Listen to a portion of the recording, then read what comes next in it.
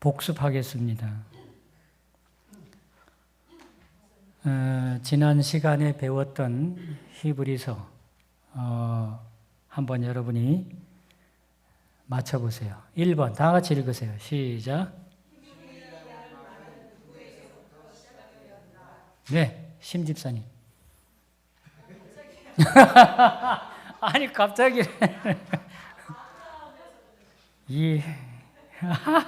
네, 그럴 줄 알았어. 아브라함 나올 줄 알았어. 네, 그 창세기에서 아브라함 통해서 히브리인이라는 말은 나왔는데 말을 그러니까 문제를 잘 읽어야 돼요. 히브리인이라는 말은 누구에게서부터 시작되었는가? 엄집사님. 에벨. 아니 이건 기본에 에벨. 에벨. 히브리인이라는 말은 에벨에게서 왔다는 거. 이거는요 굉장히 중요한 거예요. 에벨. 히브리인이라는 말은 에벨의 자손이라는 뜻이라는 거예요. 자, 저기 박흥덕 집사님 옆에 계신 분 성함이 어떻게 되시죠? 집사님? 아니요. 그럼 정문숙 성도님 2번 답 맞춰봐요. 2번 읽고 OX 50점 X죠. 왜 X라 그랬어요? 유대인이라는 말은 아브라함, 이삭, 야곱 밑에 내려가서 누구? 야곱의 아들 유다에게서 시작됐기 때문에 아브라함은 유대인이 아니에요. 아브라함은 유대인이 아니에요. 그러나 아브라함은 유대인의 조상이에요. 이해는 돼요? 네. 아브라함은 유대인의 조상이다. OX. O. 아브라함은 유대인에 속한다. X. 네. 아브라함은 유대인이 아니에요. 그러나 그 유대인의 조상이 아브라함이에요. 유대인의 조상은 에벨도 돼요. 다 위로 올라가는 건 다 조상이니까. 박흥덕 집사님 3번 풀어보세요. 어렵잖아요.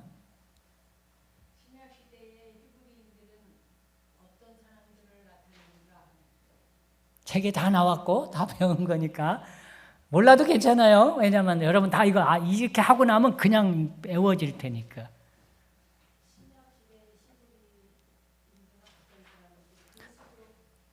그리스도인인데 어떤 그리스도인? 네, 유대인 그리스도인이에요. 그때는 이방인 그리스도인이 많았어요. 안디옥 교회는 이방인 그리스도인들로 다 이루어져 있어요. 거의 다. 그러나 유대인 그리스도인은 신약 시대의 히브리인으로 명명이 됐었습니다. 그걸 알고 여러분이 이제부터 왜냐하면 골든벨을 하시든 안 하든 이렇게 하면 상식적으로 알 수 있게 돼요. 자, 김종순 집사님 4번 문제 풀어보세요. 절대 어려운 거 아니에요. 책에 나 있어요. 책 보고 말해도 돼요. 4번 바울은 히브리서에서 무엇을 소개하고 있다? 책에 아예 딱 써 있어.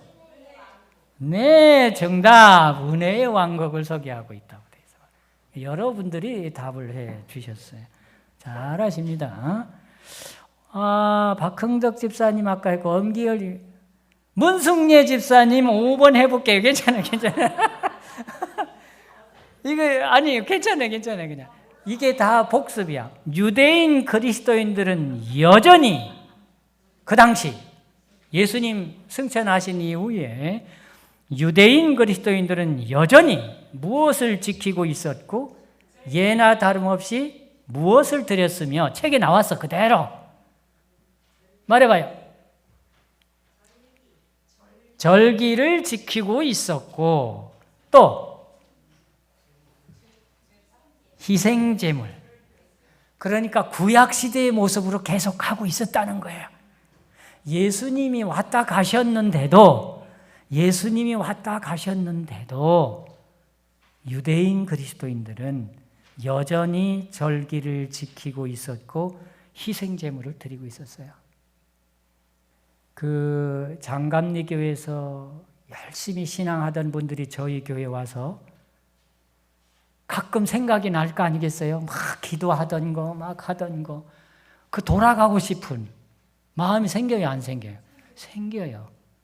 그 당시 유대인 그리스도인들이 그들이 하고 있던 거를 예수님 십자가로 다 사라졌다고 하니까 안 하면 되긴 되는데 너무 아쉬웠던 거예요. 그러니까 자꾸 하고 싶은 마음이 생겨나는 거예요. 그걸 히브리서에서 얘기해 주고 있다는 거죠. 자, 다시 심경희 집사님 6번 읽고 한번 답해 보겠습니다. 응? 이거 복습이야, 복습. 괜찮아요. 아유, 괜찮아. 해보세요. 답 다 가르쳐 주는데 걱정하지 말고. 그래야 공부가 돼요. 그래야 뭐 이거 남아야 머릿속에 남아요. 사도 바울은 히브리서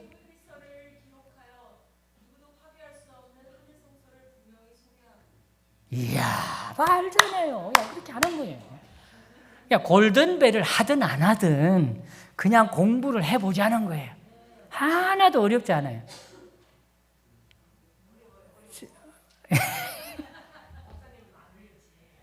그래, 나는 안 어려워. 알았어요.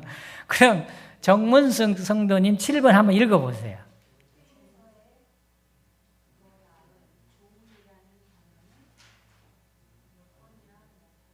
그냥 맞춰봐요. 아는 사람 그냥 누구든 답해봐요. 몇 번? 네, 13번. 13번. 책에 있는 거예요. 책에 있는 거야. 김종순 집사님 8번. 읽어봐요, 그냥. 속죄의 3요소. 성소, 대제사장, 피. 그렇게 나오는 거예요. 아, 괜찮아요. 컨닝해도 괜찮아요. 아니, 근데요, 지난주에 들은 것하고 지금 복습하는 거하고 달라요. 복습해야 그게 딱 머릿속에 남아요. 진짜 남아요. 안 그러면 그냥 넘어가 버려요. 제가 여러분 골든벨을 위해서 공부를 가르치기 때문에 여러분 참고해서 보시면 돼요. 자, 우리 정문설 장로님 9번 한번 읽어봐 주시겠어요?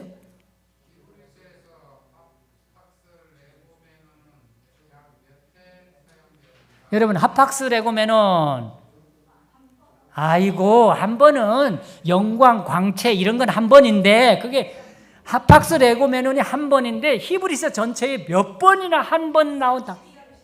네, 130일에 130일에나 합학스 레고메논을 한 번씩만 말한 단어. 책에 있는 대로, 책에 있는 대로. 아, 이거 어려운 거 아니야. 하나도 어렵지 않아요. 어렵지 않아요. 자, 저 뒤에 방청객 송문심 3호 10번 읽어봐요. 방청객. 마태, 마가, 누가, 요한복음을 사복음서라고 하는데 히브리서를 제5복음서라고 한다. 그게 책에 쓰여져 있어. 왜 그럴까? 그냥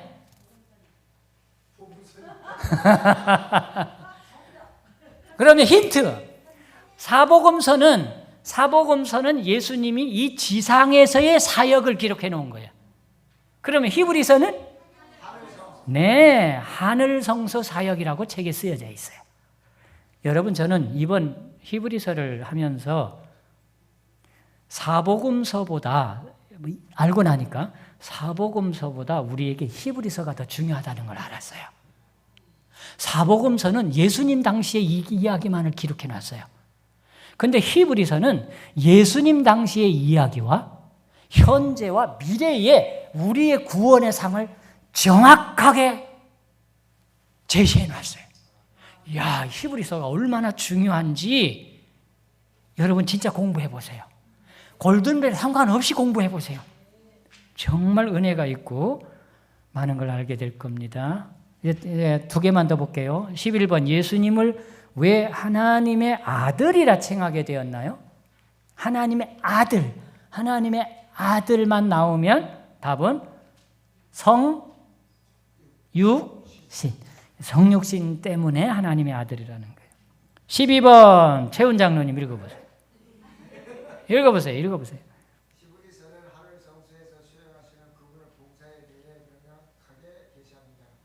이것을 무엇이라 말합니까? 네, 여기가 책에는 히브리서는 하늘 성소에서 수행하시는 괄호 열고 그분의 봉사에 대해 명확하게 계시한다고 되어 있어요.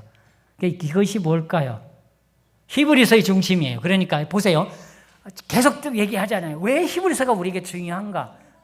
네, 맞았어요. 어우, 생각보다 김종순 집사님 머리 좋네.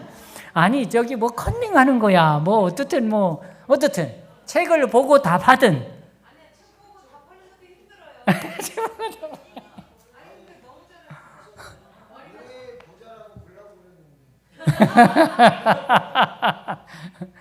어떻든 여러분, 지난주에 우리가 배웠던 내용을 복습해 봤습니다. 아마도 골든벨은 이런 식으로 문제가 나오지 않을까. 왜냐하면 뭐 얼마나 더 그게 중요한 것들을 우리가 찾아내는 거니까 우리가 이렇게 미리 이렇게 공부해 보는 것은 상당히 도움이 되겠다. 여러분이 개인적으로 공부하신다 할지라도 이렇게 한번 듣고 나면 훨씬 저는 가르치고 나니까 더 정확하게 이게 말씀이 서고 있음을 보게 됩니다. 자, 20쪽으로 가겠습니다. 20쪽. 페이지라고 안 합니다. 영어니까 20쪽으로 가겠습니다. 우리나라에서는 쪽이라고, 페이지를 쪽이라고 합니다. 우리나라는. 네, 20쪽입니다. 20쪽. 히브리서 1장 4절에 지난주에 잠깐 언급하고 오늘 제가 하겠다고 말씀드렸습니다. 1장 4절에 그가 천사보다 훨씬 뛰어나다고 하면서 천사와 비교하는 모습을 표현하고 있습니다. 사실 예수님과 천사는 비교할 수 없습니다. 비교의 대상이 아닙니다. 창조자와 피조물인데. 그러나 사람의 눈높이에 맞춘 겁니다. 사람은 우리의 눈높이에 맞춰서 그보다 더 큰 걸 비교하면 우리가 이해를 못할까 봐 사람들이 가장 많이 생각하고 있는 천사와 비교하고 있는 것입니다. 사람들은 하나님보다 천사가 훨씬 친근하게 느껴집니다. 천사가 우리를 보호한다는 것으로 천사가 우리와 함께 한다고 생각한다는 것이죠. 그래서 히브리서에서 예수님이 하나님이 천사와 비교하면서 굉장히 천사보다 월등하고 굉장히 다른 분이라고 하는 것을 표현하고 있기 때문에 아는 얘기지만 그냥 비교하는 것을 알면서 넘어가면 좋겠습니다. 자, 여러분 여기 표시된 것들만 여러분 보시면 됩니다. 그리스도와 천사의 차이는 단지 우열의 차이가 아니라 창조주와 피조물, 목적과 수단, 모형과 실체의 근본적인 차이가 있어요. 근데 저는 이걸 안 읽어도 이해할 수 있어요. 천사와 하나님을 어떻게 감히 비교해요. 그러나 히브리서에 이렇게 쓴 배경이 있고 이유가 있을 거예요. 우리의 눈높이에 맞춰서 사람들이 생각하는 관점을 하나님께로 돌리려고 하는 상당히 중요한 의미가 히브리서에 들어있다고 하는 것을 알게 되는 것입니다. 자, 20쪽 아래로 내려가겠습니다. 아래로 중간에 보겠습니다. 중간에 보시면 넘어갔네? 너 뭐 하는 거야 지금? 얘기하지 미리.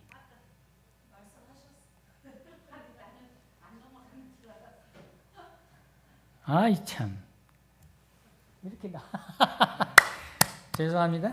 다시 앞쪽으로 약간. 자, 20쪽 빨리 말씀하세요. 그럴 때는 내가 앞에만 보기 때문에. 자, 이게 그 얘기예요. 천사와 예수님을 왜 비교해야 되는지를 시작하고 있습니다. 자, 앞으로 밑으로 좀 중간쯤으로 가겠습니다. 자, 여기에서 1장 4절에서 성경에는 저희보다라고 되어 있어요. 제 성경에는 위에 빨간 걸로 쓴 건 제 성경자를 쓴 것이고 이건 또 다른 성경이지만 뭐 같은 뜻입니다. 저희보다 또는 그들보다 그런 표현을 하고 있습니다. 여기 그리스도가 천사들보다 훨씬 뛰어난 점을 다음에 7가지로 비교하고 있습니다. 7가지로 증명한다는 거예요. 첫째가 뭐예요? 이름이야, 이름. 이름에 있어서 차이가 난다는 거예요. 이름. 여러분 7개 딱 기억하세요. 내가 외우는 방법 알려 드릴게요. 그냥 머릿속에 그냥 기억이 되게끔 공부하면서 천사와 그리스도의 비교에 있어서 하나님과 천사의 차이점에 있어서 이름에 있어서 차이가 있다는 거예요. 이름에 있어서. 그래서 여기 보면 첫째, 그리스도는 그 이름이 천사들보다 뛰어나신 분이라고 표현하고 있습니다. 천사는 엥겔로스 뭐 그렇게 하잖아요. 그건 사자예요. 사자. 그냥 사자. 그냥 하나님의 부리는 종, 심부름꾼. 그게 엥겔로스예요. 천사예요.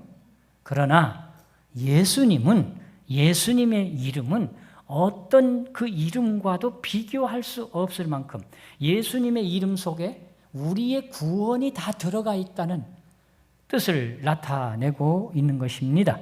예수님이 기업으로 받으신 더욱 아름다운 이름, 아들이라는 예수라는 이름입니다. 1장 4절에 저희보다 천사보다 더욱 아름다운 이름, 그 이름을 가졌다고 표현하고 있습니다. 자, 천사와 비교한 거 첫 번째가 뭐라고요? 이름이요, 이름. 그 이미 애워졌어, 이제. 뭐 더 애우려고 하는데, 이름이 천사와 다르다고 하는 거예요. 그러면서 부수적으로, 천사는 심부름꾼, 사자, 엥겔로스. 그러나 예수님, 그 아름다운 이름은 우리의 구원과 직접적인 연결을 맺은 이름으로 표현된다고 하는 것입니다. 2장, 이제 넘어가겠습니다. 22쪽으로 가겠습니다. 22쪽 히브리서 2장이 되겠습니다. 5절입니다. 이번에는 1장 5절에서 두 번째 천사와 비교하는 것 두 번째는 관계와 본질적으로 비교하고 있습니다. 그리스도는 관계와 본질에 있어서 천사들보다 뛰어나신 분이라고 표현하고 있습니다. 관계와 본질. 천사의 본질은 피조물. 하나님 예수님의 본질은 창조주. 그걸 얘기하는 거예요. 그 다음에 하나님 아버지와 예수님과의 관계는 아들과 아버지의 관계지만은 하나님의 관계지만 천사는 그 아들과도 비교해도 비교할 수 없을 정도의 그냥 하나의 천사이다. 그래, 피조물이니까. 그래서 관계와 본질에 있어서 천사와 비교할 때 하나님의 그 모습은 하나님 그리스도는 다르다는 거예요. 뛰어나시는 분이라는 거예요. 그러니까 여러분 생각해보세요. 이름에서 다르구나. 이름에서 비교가 되네. 관계와 본질 연결되네. 어렵지 않아요. 그냥 그것만 생각하시면 돼요. 그걸 설명하는 거기 때문에 그래요. 히브리서의 내용에 있어서 그렇습니다. 그러면서 아래에 보면 도표가 나옵니다. 자, 이것을 가리켜서 이 도표를 가리켜서 표상학이라고 하는 것입니다. 그 말은 무슨 말이냐면은 표상학은 뭐냐면은 구약 성경에 이야기한 것을 여러분 이번 기 교과 배우고 있죠. 암시, 형상, 그리고 상징. 성경 예언 연구에 대한 거잖아요. 그러면 암시, 형상, 상징이 예수님을 향하면 그게 뭐예요? 표상학이에요.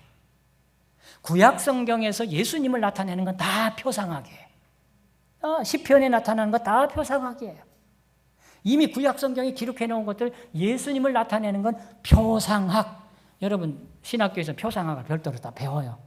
구약과 신약을 딱 연결해가지고 정확하게. 그러나 이번 교과에서 암시, 형상, 상징 교과에서 예수님을 뺀 어떤 다른 계시들은 예언이에요. 모든 사람들과 관계되는. 그래서 이번에 배우는 교과에는 이번에 배우는 교과에는 2300주야가 나온다 안 나온다? 안 나와요. 13가까지 다 들춰봐도 그런 예언 하나도 없어요. 그거는 별도의 또 하나의 요한계시록과 다니엘의 예언으로 분류해서 공부하고 온 거지만 이번 교과는 그것은 뺀 나머지 것들을 얘기하고 있어요. 그래서 2, 3과 4, 5과 6, 7과 8, 9과 10과 11과 12, 13과 두 개씩 묶어서 주제를 정해놨던 거예요. 그게 이번 기회인데 여기서 말하는 이러한 내용이 딱 나온다. 이거는 구약 성경에 이렇게 말하고 있는 이런 모든 내용은 신약에서 이루어지고 있다. 표상하게. 예수님과 관계되는 것들은. 그래서 구약 성경이 신약 성경의 그림자 역할을 하는 거예요. 신약 성경을 세우기 위한 것입니다. 자, 넘어가 볼까요? 자, 23쪽 중간입니다. 23쪽 중간에 여기 제가 박스를 해놨습니다. 네모 박스. 중간이죠. 어떤 사람들부터 표현입니다까지. 여기에 관계와 본질을 설명하고 있어요. 관계와 본질을 설명하고 있어요. 그러니까 하나님과 예수님과의 관계를 얘기하고 그 관계 속에 예수님이 본질이 하나님이라는 걸 얘기하는 거예요. 그렇기 때문에 연결이 되고 있는 것입니다. 여기에서 그 관계와 본질이 뭐냐? 하나님의 아들이니까 굽이 다른, 대수가 다른 그런 것이 아니라 동질성을 나타내는 것으로서 우리는 이미 알고 있는 내용이 되겠습니다. 이 23쪽에서는 이 부분만 참고하시면 되고 아래쪽에 제가 박스를 하나 더 했습니다. 아래쪽에 보시면 여기에 부활하심으로 하나님의 아들이라는 것이 확실하게 증명되었습니다. 그리고 결국 그 예언의 성취는 예수님이 부활하신 후 승천하셔서 왕이시면서 대제사장으로 하나님 우편에 앉았기 때문에 하나님으로서 본질적으로 관계와 본질이 다 하나님으로서 천사와는 비교할 수 없는 분으로 나타내시는 겁니다. 라고 설명하고 있는 것입니다. 자, 한 장 넘기겠습니다. 24쪽으로 가겠습니다. 자, 24쪽에서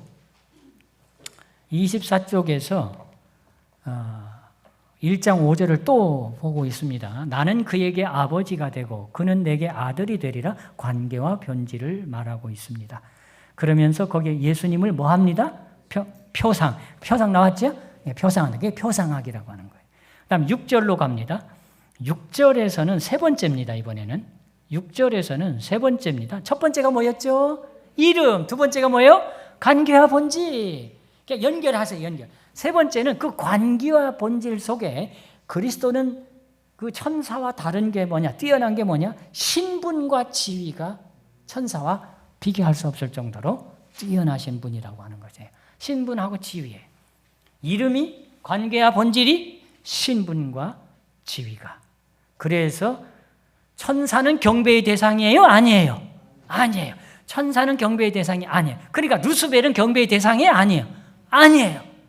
그런데 루스벨이 원하는 건 뭐예요? 자기가 경배의 대상이 되고 싶은 거예요. 그게 반역이에요. 그게 반역이에요. 천사는 절대로 경배의 대상이 될 수 없어요. 그러나 예수님은 뭐예요? 신분과 지위에 있어서 경배의 대상. 그 경배를 받으실 분이세요. 그리스도는 천사들을 포함하여 모든 피조물로부터 영원히 예배 받으시는 대상으로 표현하기 때문에 신분과 지위에서 천사.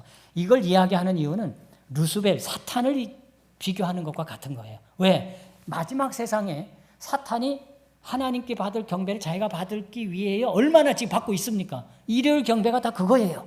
다 연결돼 있어요. 사탄 성공했죠. 자기 나름대로는. 그러나 하나님은 그걸 용납할 수 없다는 것을 말씀 속으로 계속 보여주고 있는 것이에요. 이름이 본질과 관계와 본질이 신분과 지위가 천사와 비교할 수 없을 정도로 대단하신 하나님이심을 설명하고 있습니다. 자, 25쪽이죠. 아래쪽에 이런 말씀이 있는 건 잠깐 여러분이 참고하시고, 자, 24쪽, 25쪽으로 가겠습니다. 25쪽. 24쪽에서 보고 신분과 지위 보시고 25쪽 보겠습니다. 25쪽에서 여기 그 부분에 대해서 그냥 설명하는 것들입니다. 제가 이렇게 빨간 글씨로 써놓은 것들이 그냥 그 부분을 설명하는 거기 때문에 그렇게 보시면 어렵지 않겠습니다. 자, 7절에 가면은 네 번째로 그리스도는 속성에 있어서 천사들보다 뛰어나신 분이라고 그랬습니다. 속성이요. 아니, 이름도 있고 관계와 본질도 있고 신분과 지위가 있는데 이번에는 또 속성이 왜 또 나오나? 속성을 또 얘기하고 있어요.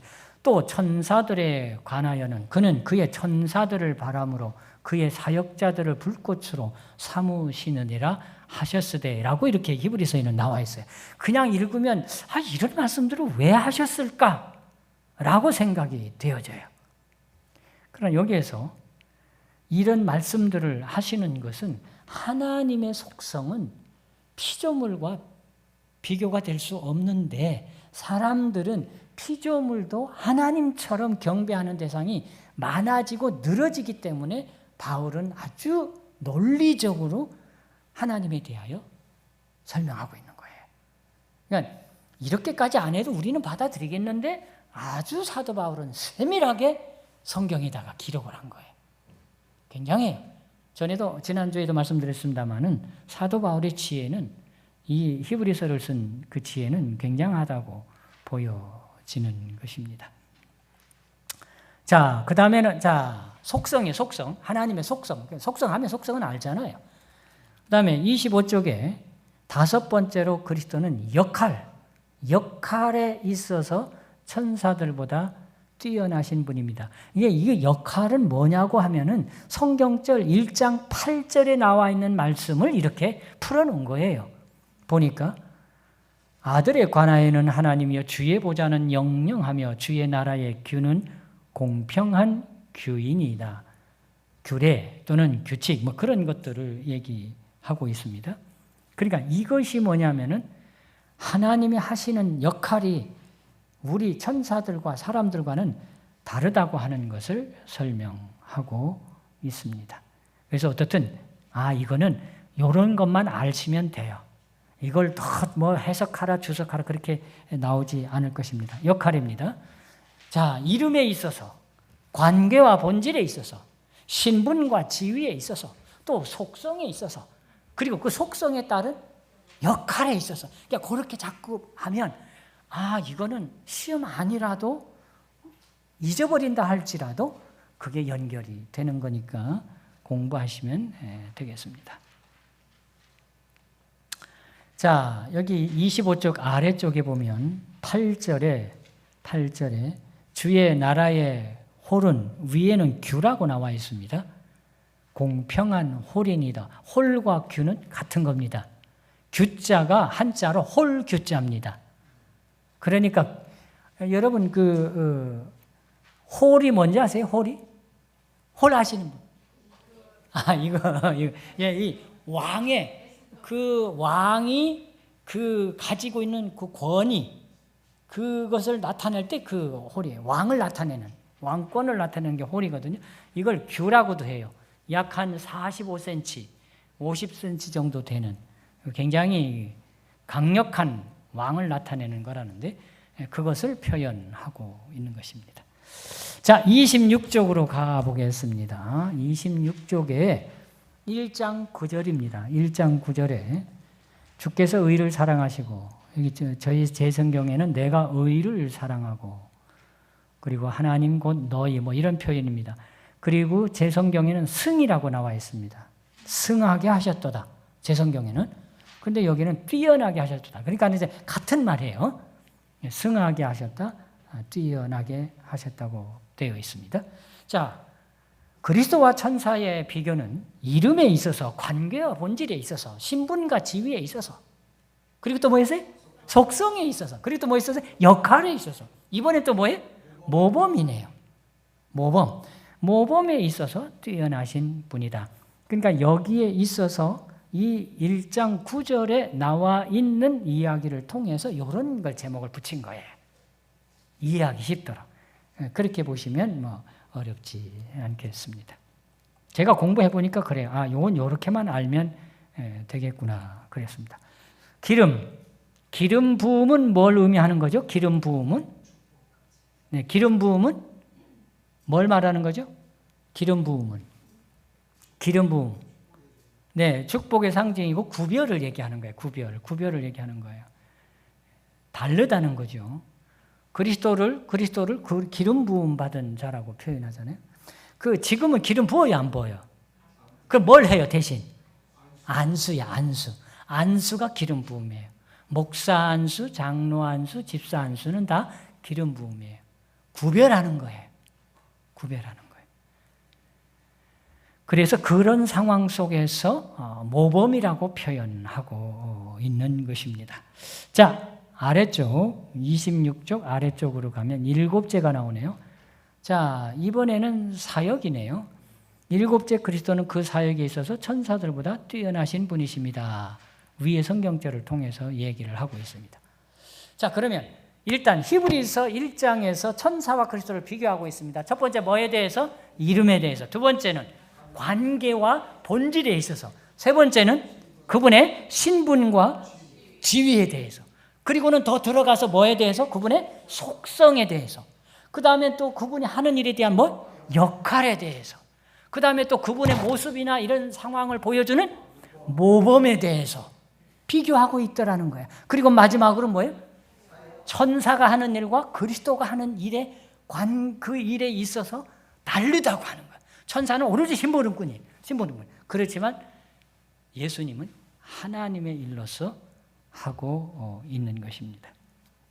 그러나 여러분, 우리에게 있어서 최훈 장로님, 예수님이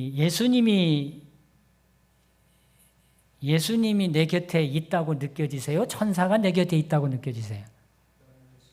네. 천사들은요, 우리가 수백 번 예수님 해도 천사는 절대 그거에 대해서 딴지 안 걸어요. 그러나 내 옆에 있는 건 누구예요? 천사예요. 천사가 다 예수님 역할을 하는 거예요.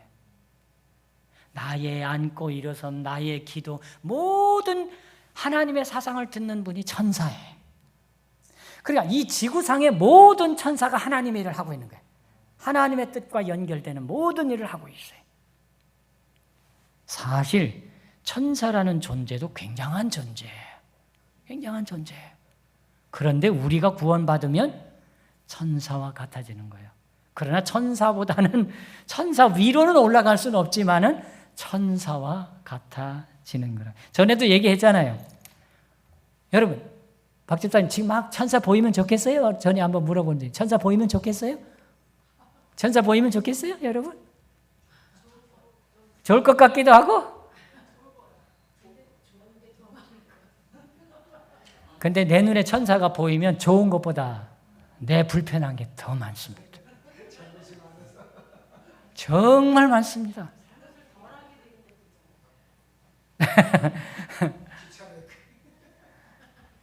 전에 말씀드렸지만 천사가 우리 눈에 보이지 않는 게 우리에게 복인 것입니다.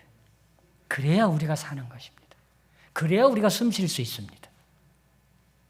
여러분, 자녀들도 부모가 계속 이렇게 째려보거나 쳐다보고 있으면 못합니다. 아무리 친구해도 모든 시시콜콜 화장실까지 가서 샤워하는 것까지 다 쳐다보고 있다고 생각해 보세요. 못 살아요. 불편해요. 마찬가지. 우리 눈에는 보이지 않지만 천사는 우리를 다 봐요. 그렇지만 우리가 그 느낌에 있어서 내 눈에 보이지 않게 해놓은 것이 하나님의 역사예요.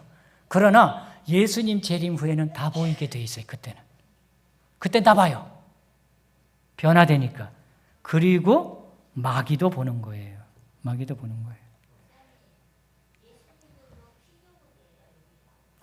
아니지. 아니, 그게 아니에요. 어디?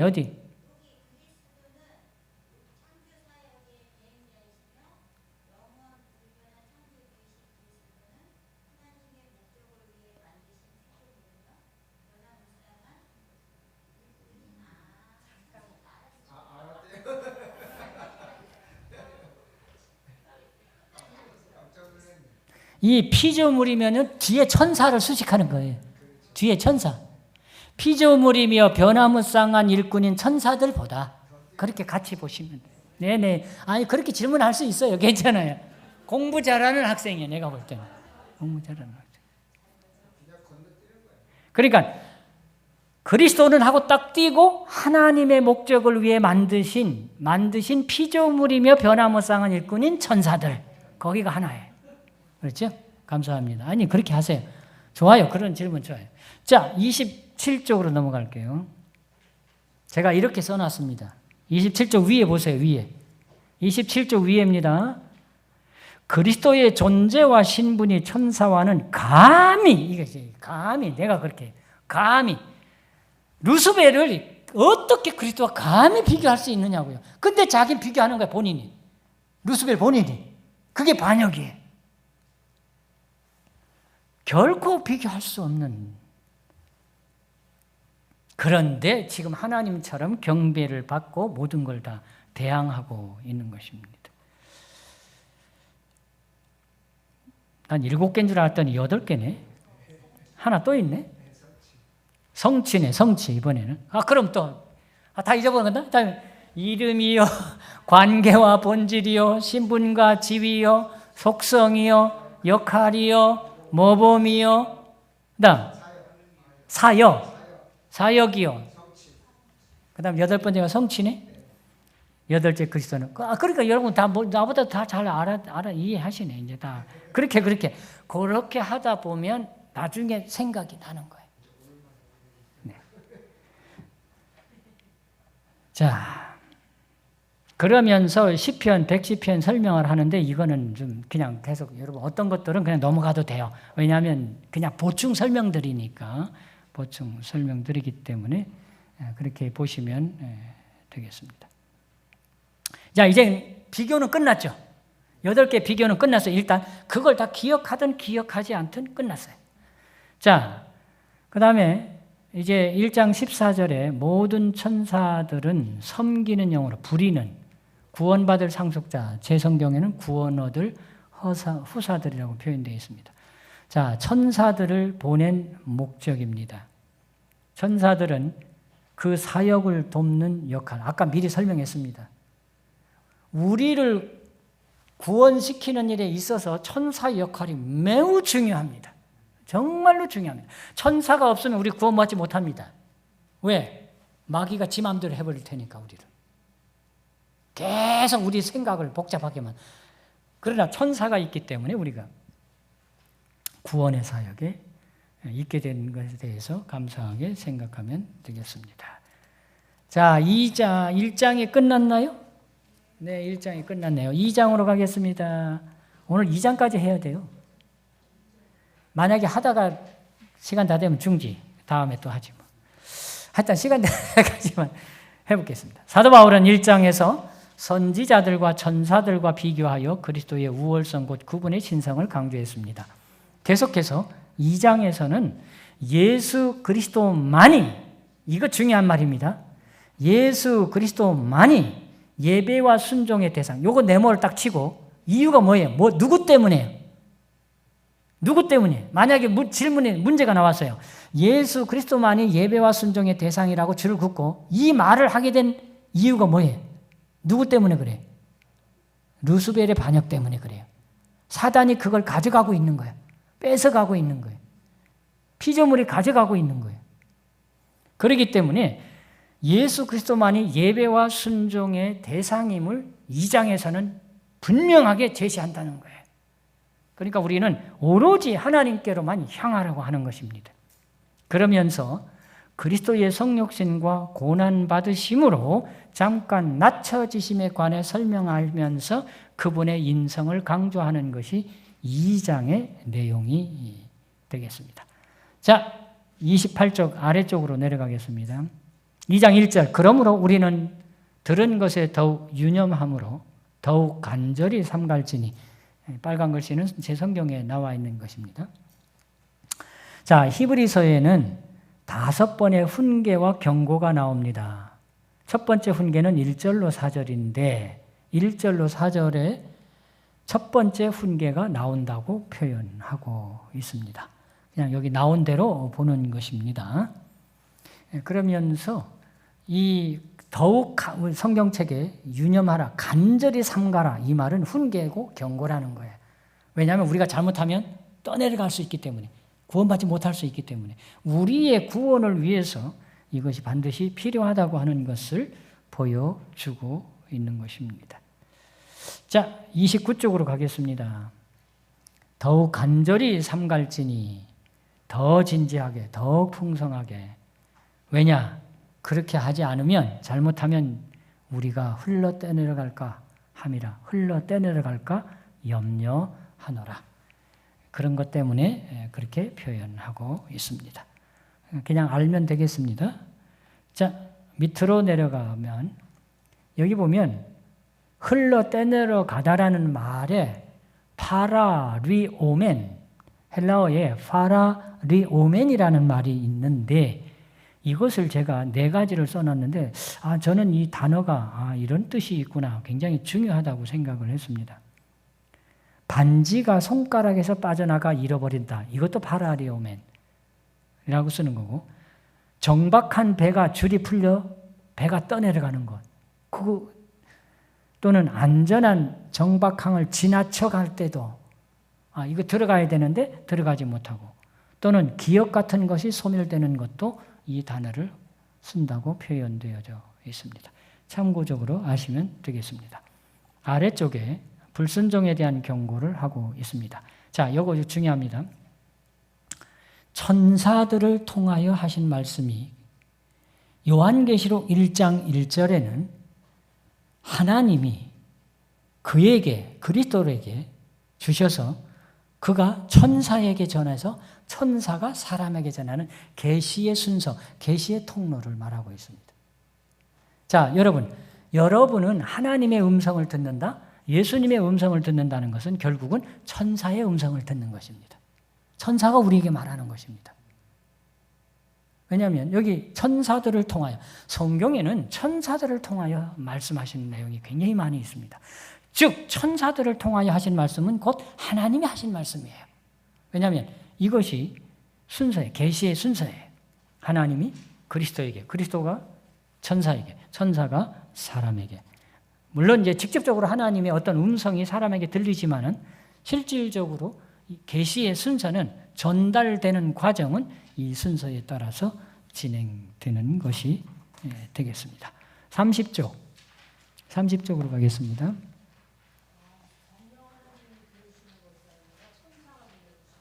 네. 근데 그게 우리는 좋은 질문이에요. 우리는 근데 천사라고 생각하지 않는 거예요. 하나님이, 예수님이.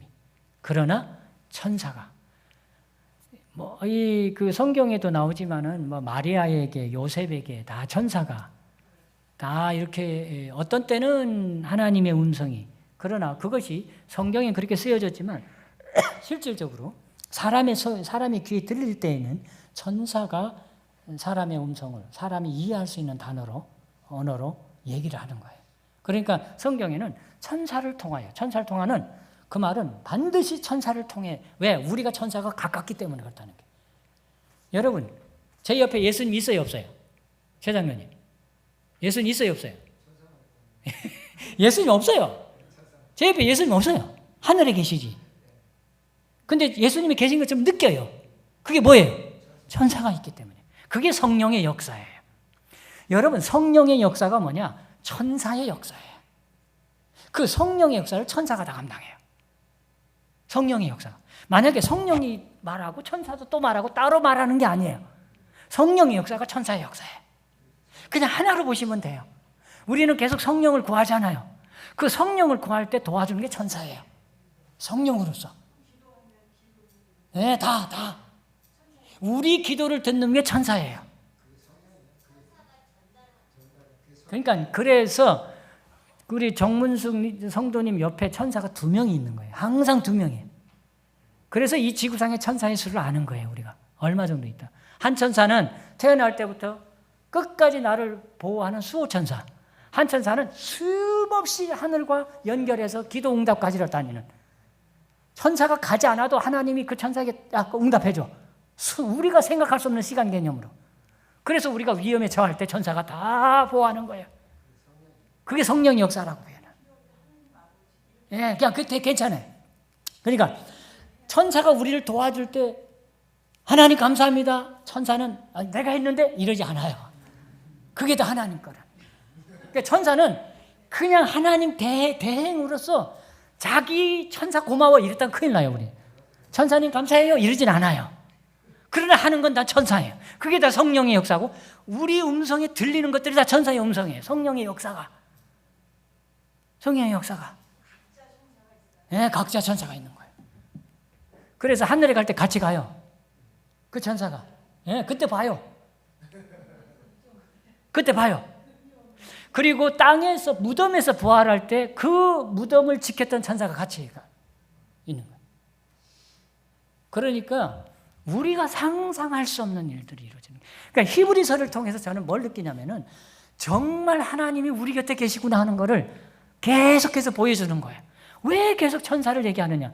네 곁에 있는 게 천사야. 그게 하나님이야. 하나님의 일이야. 우리는 자꾸 하늘에 멀리 떨어지는 하나님을 찾는 것처럼 생각할까 봐. 안 그렇다는 거예요.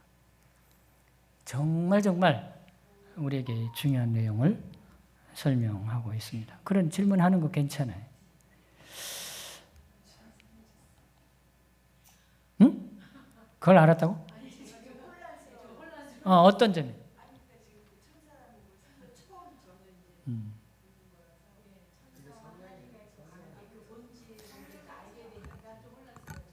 네, 그러니까 우리 곁에 하나님이 계신 걸 내가 느끼고 살아야 되는데 그걸 느끼게 해주는 게 천사예요. 성령의 역사예요. 우리를 계속 지켜봐요. 그렇기 때문에 하나님이 와서 우리를 도와주는 게 아니고 하나님은 그냥 하나님이 하늘에 있어서 우리를 도와주는 건 다 천사가 돕는 거예요. 그게 우리는 하나님이 돕는 거라고. 하나님 감사합니다. 하나님 감사합니다. 그럼 네.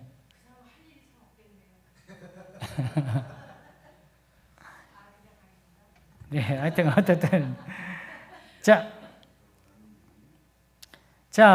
2장 3절에 이렇게 또 얘기하고 있습니다. 이같이 큰 구원은 저는 여기다 이렇게 썼습니다. 어마어마하게 큰 구원이 십자가를 통해서 우리를 구원하신 구원은 어마어마한 구원입니다. 정말 어마어마한 구원입니다. 여기에 큰 구원이라는 표현을 쓰고 있습니다. 하나님이 창시한 자라는 점에서 크고 그 대가 그 대가를 말하는 것입니다. 대가라고 되어 있지만 대가라고도 표현하죠. 그걸 값을 치렀다고 하는 그런 얘기를 표현하고 있습니다. 등한히 여기면 안 된다는 거예요. 이렇게 우리를 돕고 계시는데 관심을 두지 않거나 무시하거나 배척하면 결코 우리에게 좋은 일이 없다고 표현하고 있는 것입니다. 자, 31쪽 보겠습니다. 31쪽. 여기 보니까 요거는 알고 넘어갑시다. 구원을 세 가지로 표현하고 있습니다.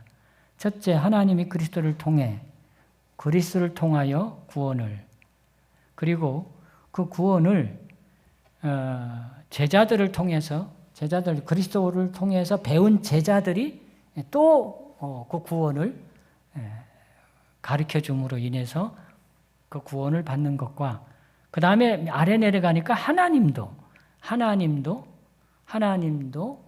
그 구원에 대하여 함께 증언하신다고 설명되어져 있습니다. 그렇게 보시면 되겠죠. 자, 그 다음에 여기 2번 그러니까 32쪽에 위에 보십시오. 앞에 세 가지는 성령을 통해 주어지지만 그랬어요.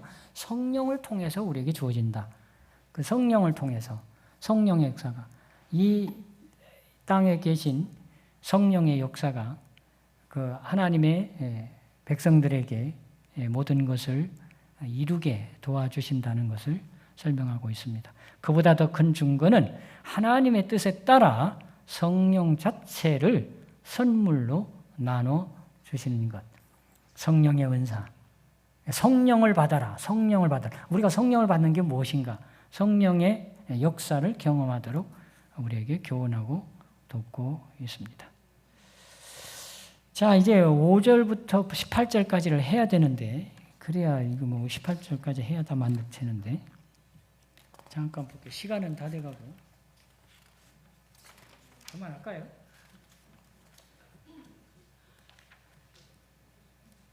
이게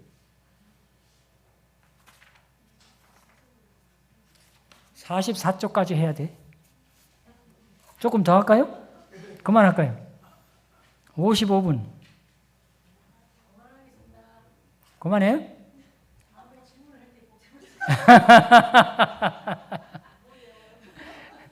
근데요, 제가 이렇게 생각해 봤거든요. 이게 4월 달에 5번을 해야 되기 때문에 이렇게 내용이 많아진 거예요. 이 7장까지지만, 그래서 이렇게 하긴 해야 되겠지만은 너무 길다 보니까 저도 너무 힘들고 또 여러분도 그럴 것 같아서 일단 오늘 여기까지 하겠습니다. 기도하겠습니다.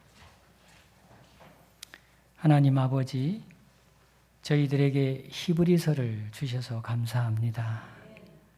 예수님을 알고 믿고 있는데 우리가 구원에 이르는 것이 히브리서를 통해서 하늘 지성소 봉사를 하시는 그 예수님의 중보 사역과 은혜의 보좌로 우리를 이끄시기 위하여 부르시는 그 믿음으로 나아가는 순종의 길을 가도록 이 말씀을 통해서 교훈해 주셔서 감사합니다.